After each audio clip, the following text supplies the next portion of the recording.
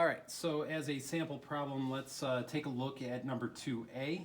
It says, if this 30 kilogram child is moving at 2 meters per second on a radius of 1.4 meters, what force is the child holding on with? So, of course, the first step is to write out what we have. And the first thing that we have here is the child's mass, which is 30 kilograms. 30 kilograms. The next thing that we have is that the child is moving at 2 meters per second. Because it's 2 meters per second, that's going to be your velocity, which is 2 meters per second. Then we have a radius of 1.4 meters. Radius equals 1.4 meters. And the question is asking what force is it holding on with?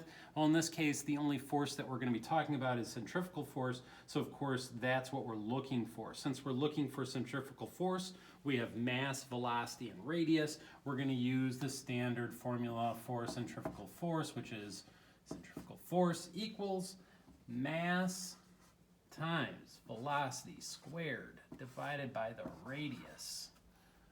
Then we just plug in our numbers. So 30 kilograms goes for the mass, 2 meters per second into v squared. Now keep this in mind that that's squared, so that's what we're going to do first, then multiply, then divide. And of course the radius is 1.4 meters.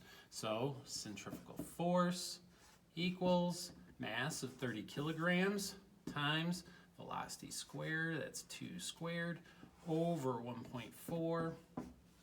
So centrifugal force equals 30 times 2 squared. So 2 squared is 4. 4 times 30 is 120 divided by 1.4.